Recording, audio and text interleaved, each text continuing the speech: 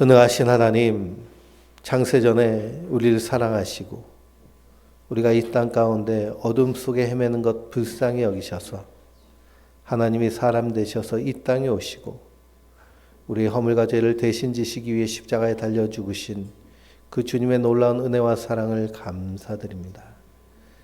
성탄의 아침에 주님 오심을 기억하고 축하하고 감사하며 기쁜 마음으로 모인 우리 성도들의 모임 가운데 주님께서 함께 하시고 성령으로 충만케 하시며 은혜로 새롭게 하여 주시어서 하늘에는 평화요 하늘에는 영광이요 땅에는 평화로 충만하게 채우신 은혜가 우리 안에도 함께 임재하여 주시어서 하나님의 영광으로 충만케 하시고 주님 주시는 평화로 평안케 하여 주시옵소서. 주님, 이 성탄의 아침에 주님 오심을 감사하며 또한 주님께 기도합니다. 이 땅에 어둠을 놓고 기도합니다. 이 어두운 세상 가운데 주님 빛으로 오셨듯이 우리에게도 빛을 비춰 주시어서 이 어둠을 헤치고 광야 같은 세상 가운데서 불기둥과 구름기둥의 인도함을 받는 생명을 누리며 생명을 전하는 하나님의 사람으로 살게 하여 주시옵소서. 또한 이 땅에 어둠 가운데 갇혀있는 수많은 영혼들이 있습니다. 그들을 불쌍히 여기시고 그들에게 빛을 비추게 하여 주시옵소서. 또한 이 추운 겨울 주님 오심을 알지 못하고 어려움과 힘든 가운데 거하고 있는 수많은 사람들을 불쌍히 여기시고 그들에게 따뜻한 주님의 사랑이 전해질 수 있도록 인도하여 주시옵소서. 우리 선한목자교회를 위해 기도합니다. 주님께서 사랑하셔서 우리를 이곳에 심어주셨사오니 푸른 풀밭 맑은 물가로 충만하게 채워주셔서 날마다 성장하게 하시고 성숙하게 하시고 하나님 나라 백성답게 이 땅에서 하나님의 명예를 지켜가며 세상 가운데 생명을 전하는 믿음의 공동체 되게 하여 주시옵소서. 우리 자녀들을 위하여 기도합니다. 외지에서 생활하는 자녀들, 또한 군대에서 복무 중인 자녀들, 공부 중에 미래를 준비하는 자녀들이 있습니다. 그들의 앞날을 주님께서 비춰주시어서 소망 가운데 승리하게 하시고 어떤 어려움 가운데서도 굳게 서는 은혜로 채워주시옵소서.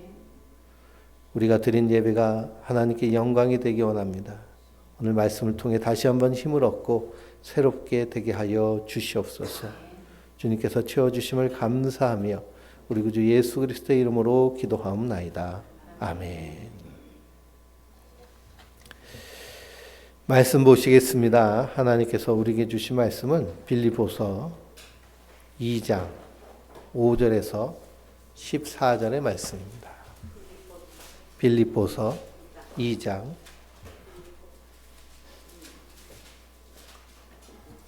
5절에서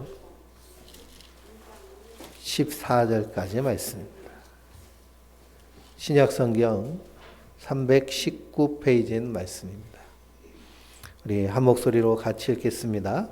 너희 안에 이 마음을 품으라. 곧 그리스도 예수의 마음이니 그는 근본 하나님의 본체시나 하나님과 동등됨을 취할 것으로 여기지 아니하고 오히려 자기를 비워 종의 형체를 가지사 사람들과 같이 되셨고 사람의 모양으로 나타나사 자기를 낮추시고 죽기까지 복종하셨으니 곧 십자가에 죽으심이라.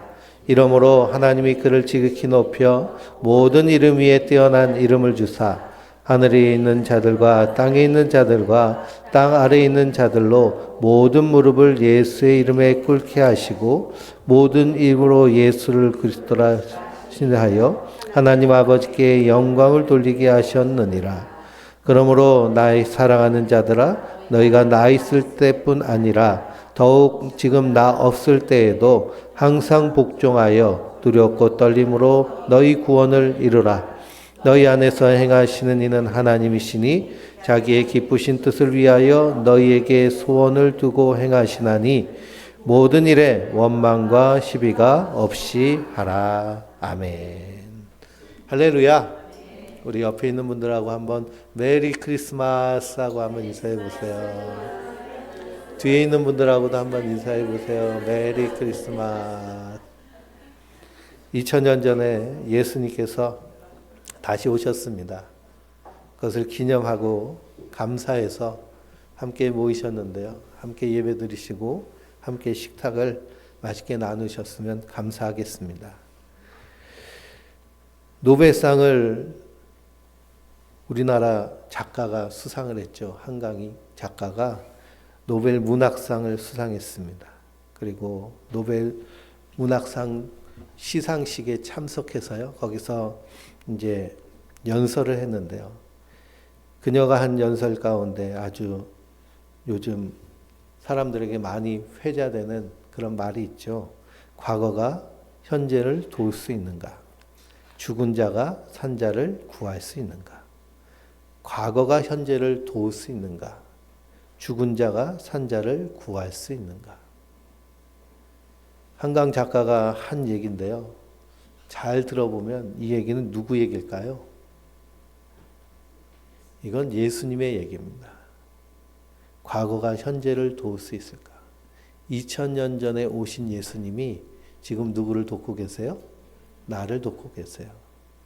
우리가 힘들고 어려울 때, 그리고 상처받고 괴로워할 때 예수님 바라보며 그 예수님의 도우심을 누리는 자들이 성도들인 줄 믿습니다. 죽은 자가 산 자를 구할 수 있는가? 예수님이 십자가에 죽으심으로 우리를 구원해 주셨어요. 그래서 사망에서 생명으로 옮겨 주셨습니다. 이것이 인류의 역사에 계속해서 반복되어 이루어집니다.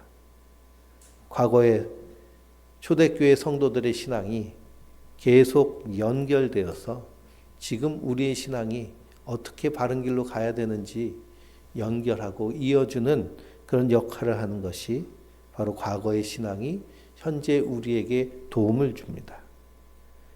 순교자의 피가 흘러 온 세상을 적시면서 복음이 땅끝까지 전파되고 있습니다. 이 한국 근대사, 현대사에도 이런 일들이 있죠.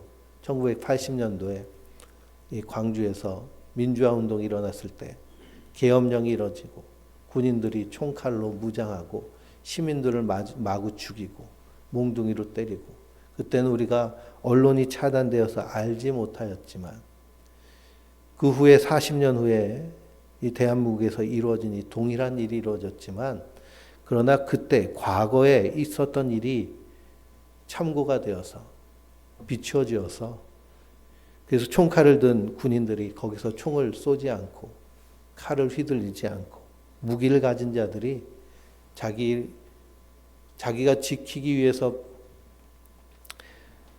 자기가 지켜야 될 대상을 향해서 공격하지 않는 일이 지금 일어났습니다. 이 민주화 80년 광주 민주화 운동 때 얼마나 많은 사람들이 죽었는지 모르는데요. 그 죽은 자들로 인하여서 지금 우리가 죽지 않고 다시 사는 일이 우리 역사 가운데 눈앞에 펼쳐졌습니다.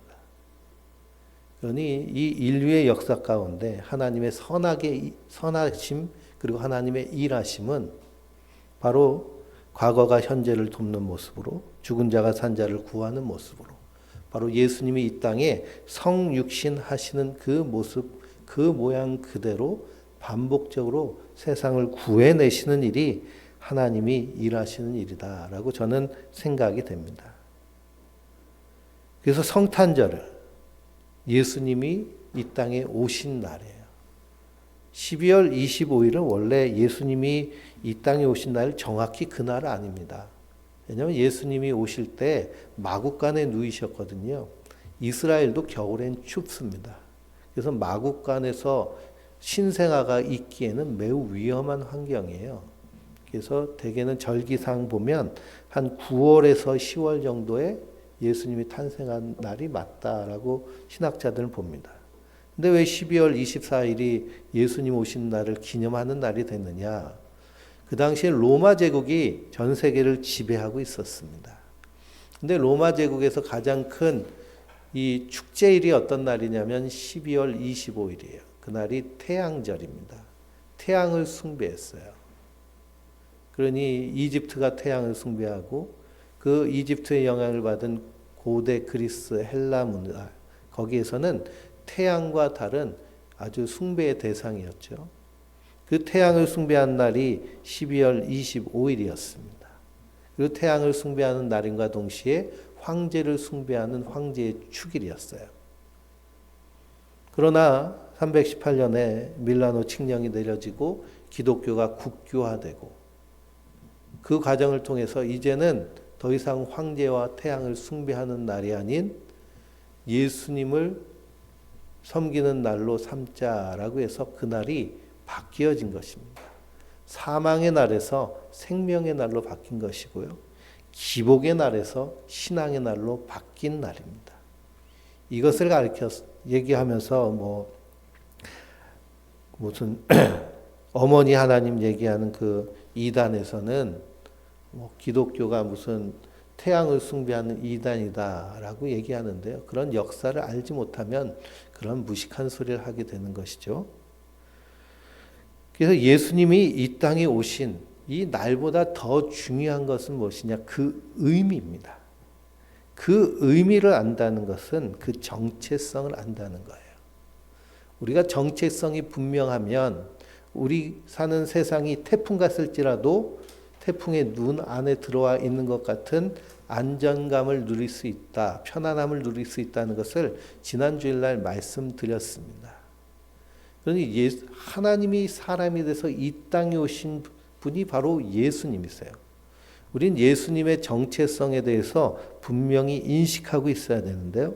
오늘 말씀에 사도 바울은 그 정체성을 분명히 했습니다.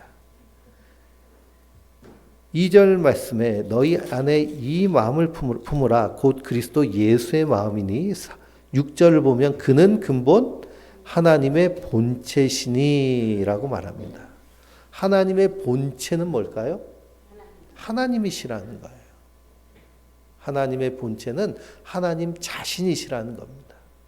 하나님 자신을 성부와 성자와 성령으로 우리에게 보여주셨어요. 나라고 하는 나 자신도 세 가지로 표현할 수 있습니다. 먼저 첫째는 뭘까요? 나의 존재인 육체. 근데 내 몸뚱아리만 난가요? 생각하는 내 지성을 가지고 내 자의식, 이것도 나입니다. 이 자의식은 우리 뇌 안에 들어있는데요. 우리 뇌 안에 있는 이 자의식 안에도 의식과 무의식으로 나누죠. 그 의식과 무의식, 그 무의식은 내가 알 수 있는 걸까요? 모르는 걸까요? 몰라요. 내가 꽁꽁 숨겨둔, 던져놓은 암흑 속에 담겨진 나의 또 다른 기억이기 때문에. 심리학자들이 융이라든지 이런 심리학자들이 꿈을 연구하면서 꿈꾸는 내용 가운데서 무엇을 누가 나한테 얘기를 해요? 무의식인 내가 나한테 얘기하는. 나라는 존재에도 이렇게 다양하게 표현이 됩니다. 하나님의 본체시다라고 할 때 성부, 성자, 성령 이 삼위일체 하나님은 다른 새로 분리된 분이 아니세요. 우리 인간, 나라는 존재도 나라는 존재를 온전히 표현하는 건 뭘까요? 내 몸을 알고 내 자의식을 알고 내 무의식을 아는 것이 나를 온전히 아는 것입니다. 그래서 심리학에서는 이 분석 심리학에서는 내 무의식까지도 내가 알아차려서 나를 전인격적으로 안다는 것을 개성화한다, 개성화됐다라고 표현합니다. 개성화됐다는 것은 세상 어떤 사람과도 다른 독특한 나를 발견한다는 거예요. 지구상의 인구가 지금 70억 명이 넘었습니다. 근데 70억 명 가운데서 나랑 똑같은 존재가 있나요? 나랑 똑같이 생각하고 나랑 똑같이 행동하고 나의 모든 것을 닮은 존재가 없습니다. 사람은 누구나 개성을 가지고 있죠. 그래서 그 개성이 완전히 아름답게 꽃피우는 모습이 진정한 나, 개성화된 인간, 이것이 심리학, 분석 심리학에서 가장 아름다운 인간의 모습이에요. 사람은 누구나 다 개성이 있습니다. 세상은 그것을 자꾸 좋고 나쁨으로 나누려고 해요. 좋고 나쁨으로. 저 하와이에 가면은요, 저 폴리네시아 지역에 가면 미의 기준이 이 서구 사회나 한국 사회와는 다릅니다. 거기서는 어떤 사람이 미인일까요? 네? 거기서는 뱃살이 두둑해야 미인이에요. 어떤 사람이 미남일까요? 저처럼 이렇게 배가 좀 풍성해야 미남으로 취급받습니다. 그래서 거기는 이제 많이 벗고들 다니잖아요. 홀쭉 많은 사람들은 부끄러워서 그렇게 못 다녀요. 이렇게 풍성하고 충만해요. 근데 그것을 자꾸만 좋고 나쁨으로 나누려고 하는 것이 이 세상이 말하는 가치관입니다. 근데 좋고 나쁨이라는 건 없어요. 개성에는. 왜 그러냐? 하나님은 한 사람 한 사람을 독특한 하나님의 작품으로 만들어 주셨기 때문입니다. 그는 하나님의 본체세요. 예수님이라고 생각하면 하나님이 사람에 대해서 오셨구나라고 우리가 분명히 인식하고 있어야 됩니다. 그럼 우리 성도님들 같으면 우리 성도님들이 하나님이신데 사람이 되시고 싶으시겠어요? 내가 하나님인데 사람이 되고 싶을까요? 집에 이제 강아지들 키우시잖아요. 그렇죠? 애완동물 키우는데 내가 그 애완동물 너무 사랑해. 그래도 이 애완동물 너무 사랑하는 마음 때문에 나도 쟤처럼 되고 싶어 해서 개가 되고 싶으신 분 있나요? 고양이가 되고 싶으신 분 있으세요? 없지요. 근데 하나님이 사람이 돼서 이 땅에 오셨다는 것입니다.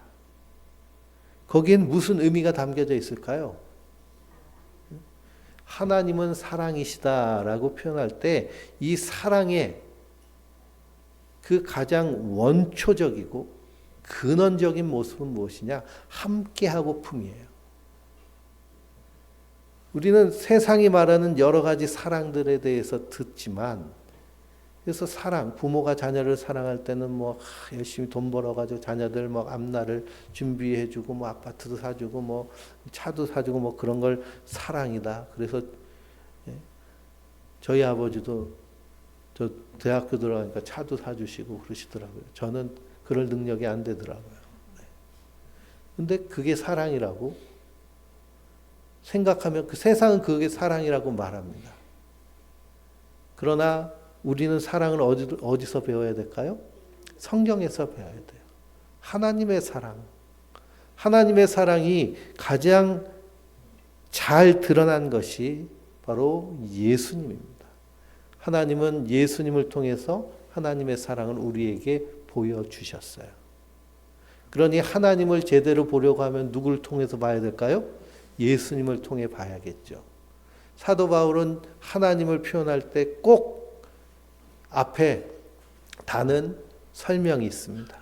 주 예수 그리스도의 아버지 하나님께서. 우리는 예수님을 통해 하나님을 보는데요. 예수님을 통해 하나님을 봤더니 하나님은 어떤 분이세요? 사랑하시는 분이세요.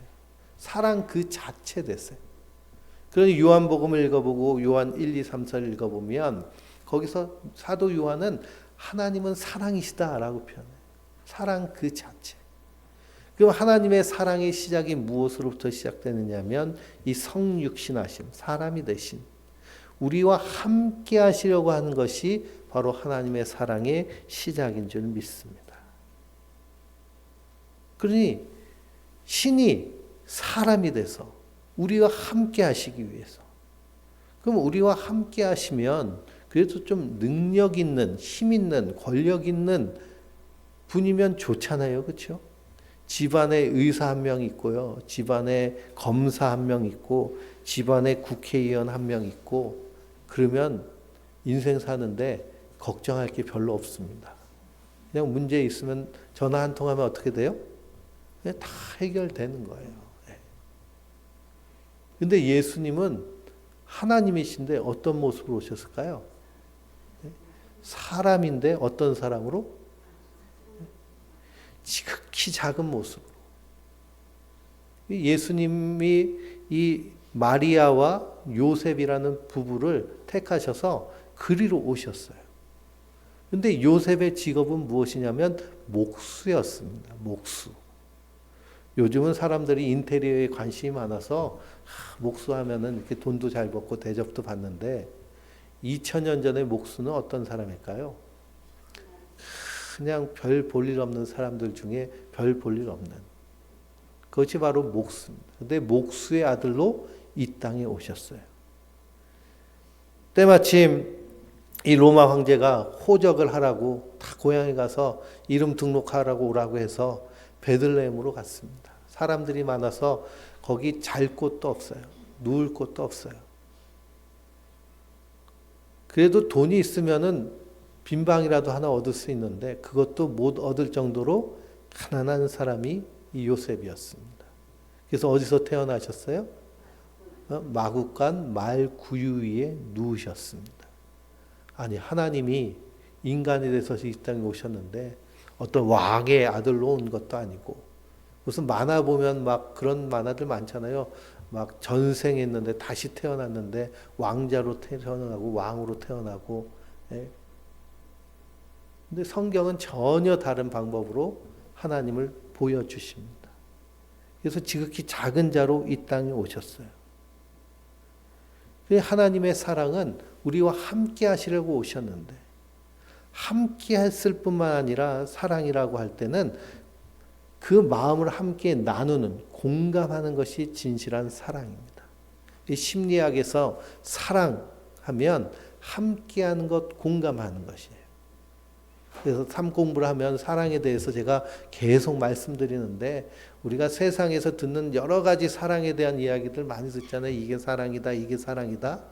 그런데 우리는 인간이란 존재는 어떨 때 이것이 사랑이라는 느낌이 드느냐 하면 함께할 때, 공감할 때. 그러니 부모님이 능력이 있어가지고 자녀를 어렸을 때부터 조기 유학을 보냈어요. 그래가지고선 그냥 엄청난 금액으로 서포트 해주면서 공부하도록 도와줬어요. 근데 그 아이가 성장해가지고 돌아오면 부모와의 관계가 좋을까요? 나쁠까요? 좋은 경우가 별로 없습니다.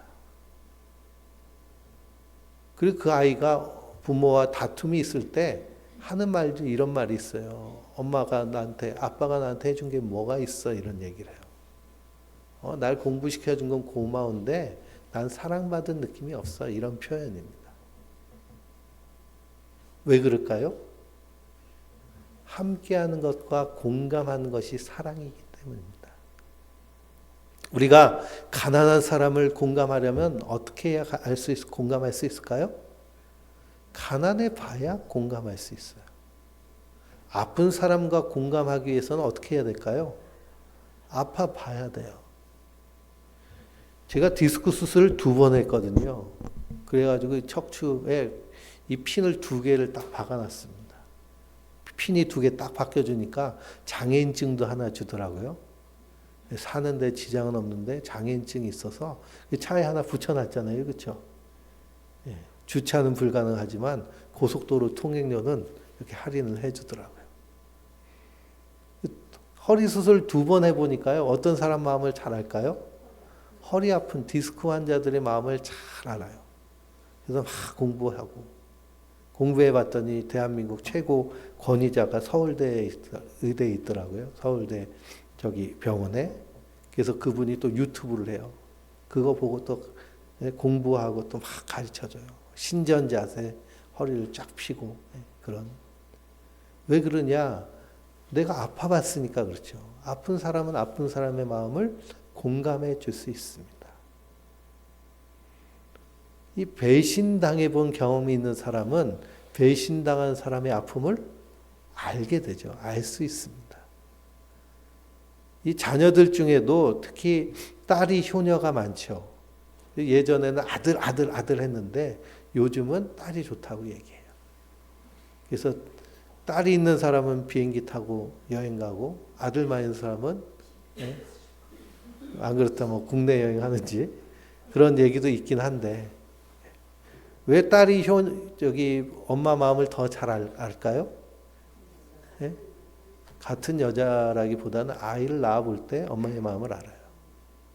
왜 그러냐? 엄마가 날 낳을 때 이렇게 아팠구나.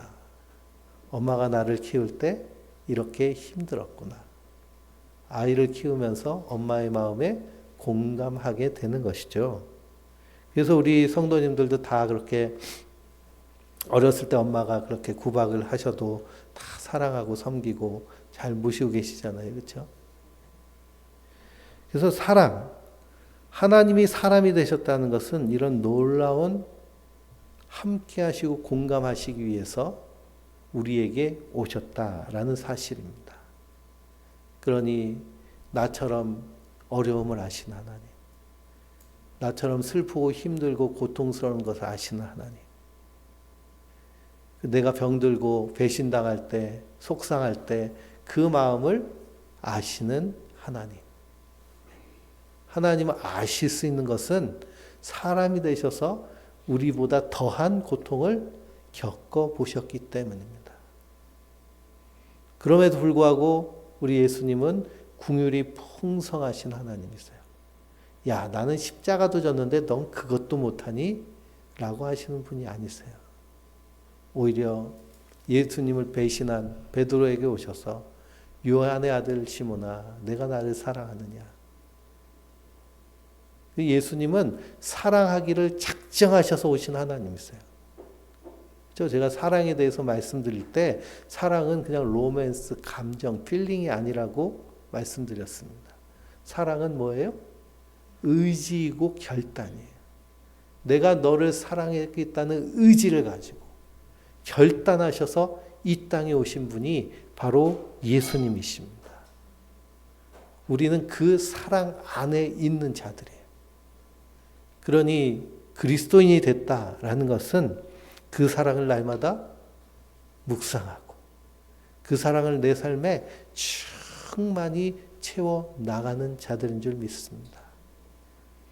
우리 안에서 이 사랑이 계속해서 내면 소통돼야 되고요. 우리 입술에서 셀프톡이 돼야 돼요. 우리가 이 큰 사랑을 받았음에도 불구하고 감사하지 못하고 기뻐하지 못하고 그 하나님의 사랑에 내가 고백하지 못한다라고 한다면 나의 신앙을 한번 돌아봐야 됩니다. 제가 정서적 학대에 대한 말씀을 드렸는데요. 트라우마는 정서적 학대에서부터 온다. 심리학자들이 결론을 내린 것인데 정서적 학대를 자기가 자기에게 하는 경우가 제일 많습니다. 내가 나에게 뭐라고 얘기하는 것? 그래서 내가 나에게 나에 대해서 진심으로 하는 말은 즉각적이고 절대적인 효과가 있습니다. 그리고 내가 나에게 하는 말과 같이 내가 타인에게 하는 말도 먼저는 누구를 통과해요? 나를 통과하죠. 내가 상대방에게 어떤 말을 하려면요, 내 뇌에서 이렇게 말해야겠다라고 프로세스가 돼가지고 그것이 내 혀를 통해서 음성으로 나아갑니다. 성대를 통해서. 그러니까 내가 상대방에게 하는 말도 결국엔 먼저 누가 듣는 거예요? 내가 듣는 거예요. 상대방을 비난하고 조롱하고 욕하고 하는 말은 먼저 누구에게 하는 말일까요? 나에게 하는 말이에요. 그래서 우리가 그리스도인으로 그것을 알고 있다라고 하면 정말 조심해야 됩니다. 왜 그러냐? 그것이 나에게 즉각적이고 절대적인 효과가 있기 때문에. 예수님께서 그래서 비판하지 말라고 하시잖아요. 내 눈에 들보를 먼저 빼라고 얘기하십니다. 내 원수까지도 먼저 사랑하라고 말씀하세요. 용서해버리라고 말씀하시는 겁니다. 왜 그럴까요? 그걸 내가 계속 품고 있으면, 내가 누군가를 미워해가지고 계속 미운 마음이 있으면, 그럼 상대방이 막 저주받아가지고 일찍 죽나요? 예? 미신에서는 그렇잖아요. 막 인형 만들어 놓고 바늘로 막 찌르고 그럼 죽는다고. 근데 누가 먼저 죽을까요? 자기가 먼저 죽는 거예요. 복수하겠다고 이를 팍팍 가르면서 그렇게 살면 먼저 그것이 나에게 적용되는 겁니다. 하나님은 우리를 그렇게 만드셨어요. 그러니 우리가 그 예수님의 이 땅에 오신 그 성육신하심을 우리 마음속에 충만히 채우면 우리 안에 기쁨과 감사가 충만케 되는 줄 믿습니다. 우리가 나 자신에 대해서 실망할 때 나에게 하는 말이 있잖아요. 나 같은 게, 나까짓 게, 내가 뭔데, 내 주대. 이런 걸 많이 셀프톡 하시죠, 속으로. 예. 그래서 어디서 무시당하고 막 그러면 그런 마음이 생기기도 하고, 또 일이 잘 안 풀리고 안 되면 그런 마음이 듭니다. 그런데 그런 존재를 위해서 예수님이 어떻게 하셨어요? 사람이 되셔서, 하나님 사람이 돼서 오셨어요. 낯가진 걸 위해서. 그러면은 낯가진 나 같은 것이라는 표현을 할 수 있을까요? 없지요. 하나님이 사람이 돼서 나를 위해 오셨는데 나까짓게, 니까짓게 이런 표현이 나올 수가 없습니다. 왜냐하면 너무 존귀하고 귀하기 때문에. 그래서 그것을 깨달은 사도 베드로는 너희는 택하신 족속이요, 왕 같은 제사장이요, 거룩한 나라요, 그의 소유된 백성이니 라고 말씀하고 있습니다. 얼마나 감사한 일일까요? 얼마나 놀라운 일일까요? 그 주님께서 이 땅에 오셨을 뿐만 아니라 우리의 허물과 죄의 값을 다 치르셔서 하나님 앞에 의로운 자로 세워주신 줄 믿습니다. 그러니 우리가 세상이 아무리 어두워도 우리의 내면에서는 이 하나님과의 관계에서 거룩함이 나타나야 됩니다. 항상 기뻐하고 쉬지 않고 기도하고 범사에 감사하는 그 풍성함과 충만함을 어디서라도 누리고 그 풍성함을 가지고 세상에 나아갈 때 우리가 세상에 빛이 되고 소금이 되는 줄 믿습니다. 그러므로 이 성탄의 아침에 예수님의 그 충만한 사랑을 나의 온 전 인격에 충만하게 채우시기 바랍니다. 뿐만 아니라 아침마다 채워야 돼요. 아침마다 충만하게. 거울 보면서도 풍성하게. 그래서 하나님이 나를 그리스도 안에서 받아주시고 하나님이 나를 특별한 존재로 삼으시고 하나님이 나를 위해 이렇게 공동체를 준비해 주셨군요. 감사합니다. 그 은혜로 날마다 승리하며 이 성탄의 기쁨을 온 세상에 전하는 우리 성도님들 되시길 주님의 이름으로 축원드립니다.